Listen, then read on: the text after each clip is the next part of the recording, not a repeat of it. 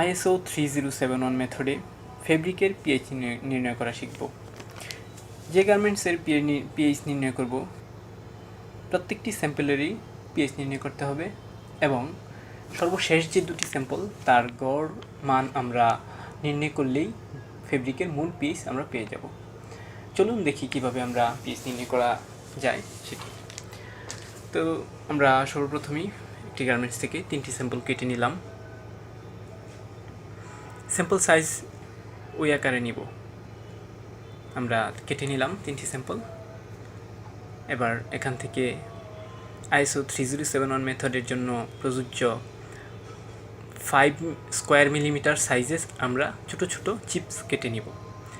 এই চিপসগুলো আমরা এখন মেপে নিচ্ছি, তা যেন অবশ্যই 2 গ্রাম হয়। 2.05 অ্যারাউন্ড হলে সমস্যা নেই। ওকে, 2.008 এসেছে। আমরা এবার এই স্যাম্পলের যে চিপসগুলো এগুলোকে আমরা কনিক্যাল ফ্লাস্কের মধ্যে ভরে নিচ্ছি।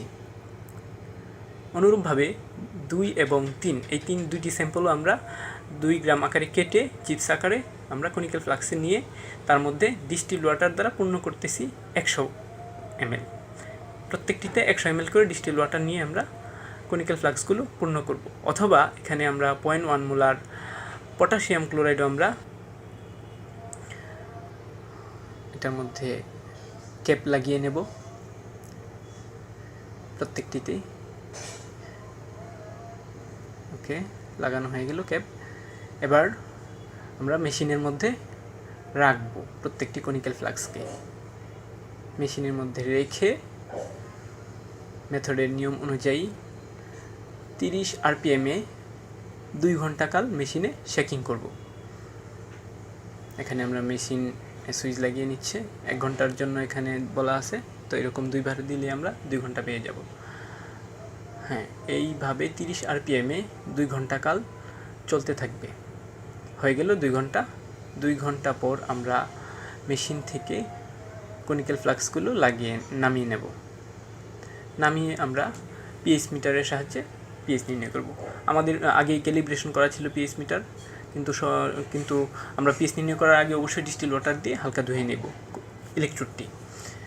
প্রথম যে কনিক্যাল ফ্লাস্ক তার পিএইচ আমরা এখানে নির্ণয় করতেছি 7.1 এর মতো আমরা মান পেয়েছি।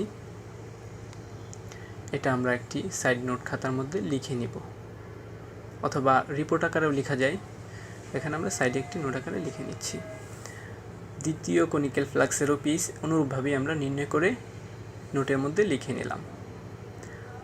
তৃতীয়টিও আমরা একই আকারে পেয়ে গেলাম পিএইচের মান। এবার প্রথম যে পিএইচের মানটি পেলাম তা আমাদের হিসাবের মধ্যে রাখার দরকার নেই। আমরা দ্বিতীয় এবং তৃতীয়টির যোগ করে 2 দিয়ে ভাগ করে গড় নির্ণয় করব। গড় মান যা পাবো সেটাই হলো ফেব্রিকের মূল পিএইচ। এখানে আমরা 7.19 পেয়েছি।